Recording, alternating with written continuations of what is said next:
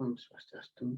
Perkenalkan, nama saya Nyoman Pranata Darsomawardi, NIM 201509 1079, asal Fakultas Teknik dan Kejuruan, Prodi S1 Sistem Informasi.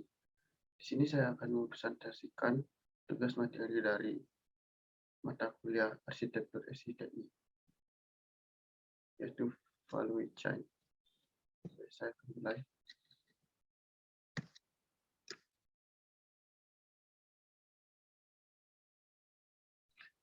Value chain atau rantai nilai adalah konsep aktivitas bisnis dalam penciptaan produk atau layanan, mulai dari proses perancangan, proses produksi, distribusi ke konsumen, hingga pelayanan setelah pemasaran. Konsep ini menekankan proses dan aktivitas yang dapat menambah ilmu pada layanan atau produk.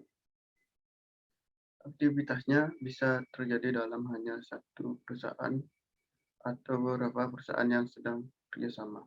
Pada dasarnya, rantai nilai atau value chain adalah serangkaian kegiatan bisnis yang mana pada setiap tahapan atau langkahnya mampu meningkatkan nilai atau pemanfaatan pada barang atau jasa yang diproduksi.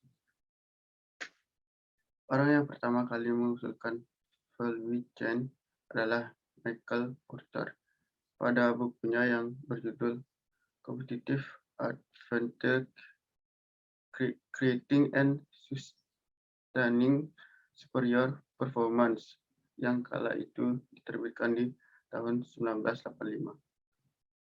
Di dalam buku tersebut terdapat kumpulan kegiatan bisnis yang bertujuan demi membuat dan membangun suatu nilai agar mampu menghasilkan margin nilai tambah untuk perusahaan.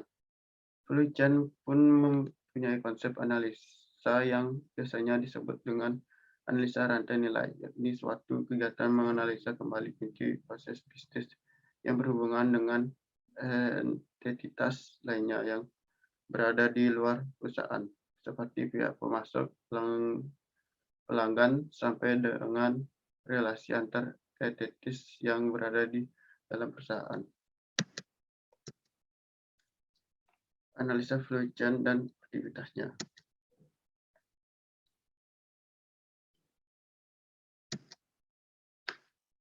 Value chain analysis pertama kali dijelaskan oleh Profesor Harvard Business School Michael Porter pada tahun 1985 melalui bukunya yang berjudul Advantage: Creating and Sustaining Superior Performance.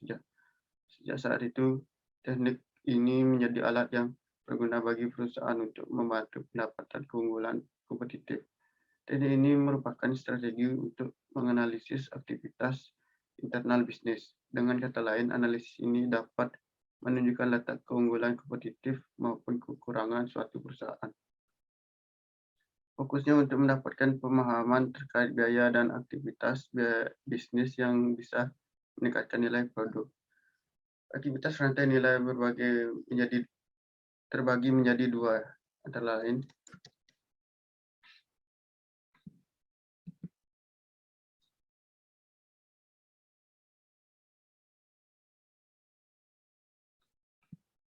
primary activities, aktivitas yang berhubungan langsung dengan pencipta produk, penjualan, pengiriman, pemeliharaan, dan pelayanan. Aktivitas ini terdiri dari inbound logistik, operation, outbound logistik, marketing, dan sales dan service. Beberapa kegiatan perusahaan yang termasuk dalam kategori utama adalah sebagai berikut. Inbound logistik adalah suatu kegiatan perusahaan yang berkaitan dengan penyimpanan, penerimaan, dan juga menyebarkan produk.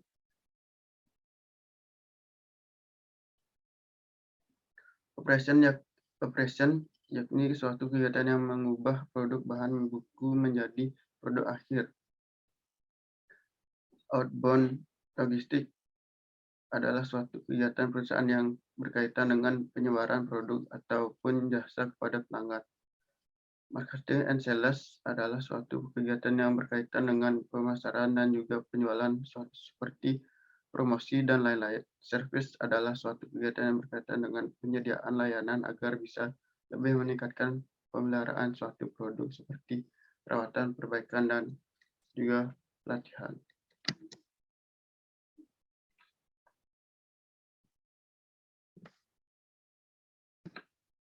Support activities, aktivitas yang mendukung operasional perusahaan secara keseluruhan dan berperan adalah primary activities. Aktivitas ini terdiri dari procurement, purchasing, human resource management, technological development, dan infrastruktur. Beberapa contoh kegiatan yang termasuk dalam kegiatan pendukung adalah sebagai berikut. Infrastruktur perusahaan. Infrastruktur adalah kegiatan yang berkaitan dengan biaya dan juga aset yang berkaitan dengan manajemen umum,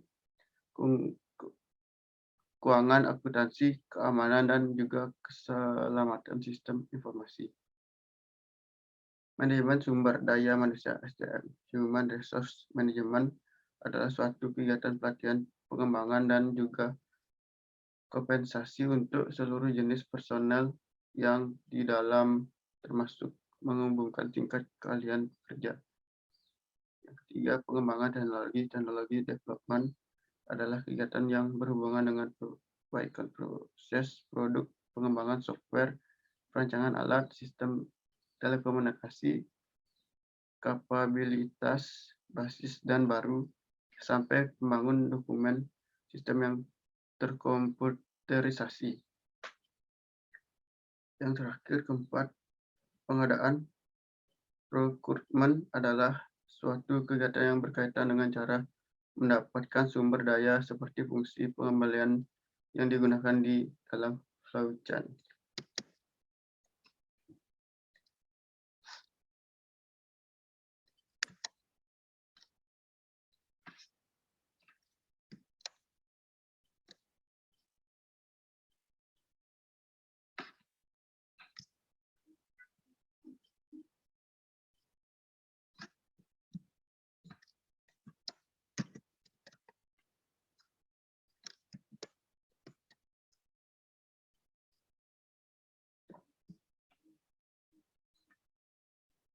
Strategi flowchart.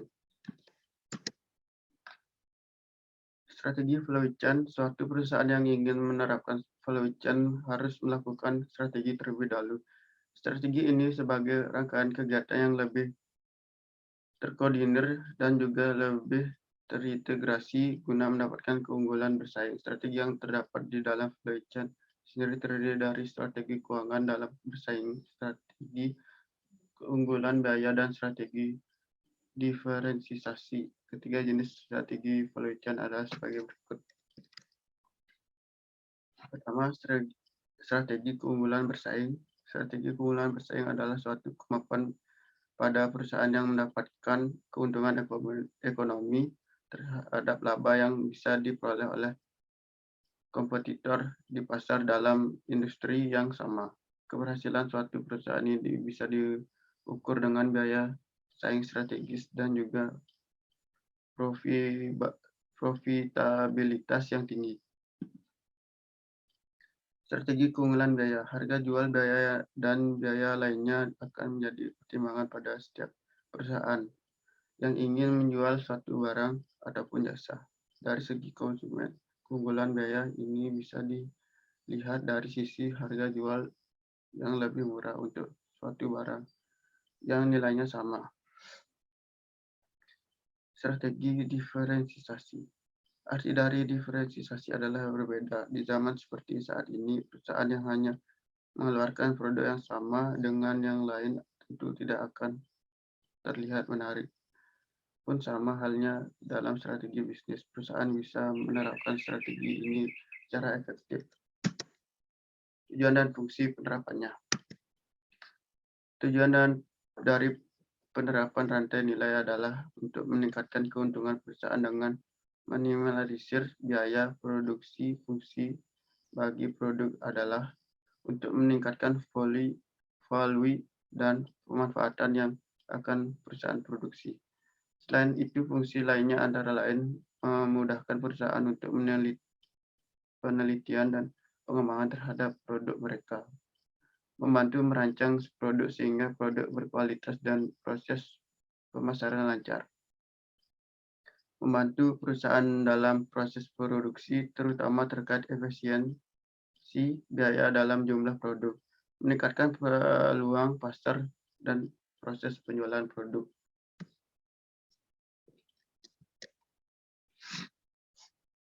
Sekian presentasi dari saya.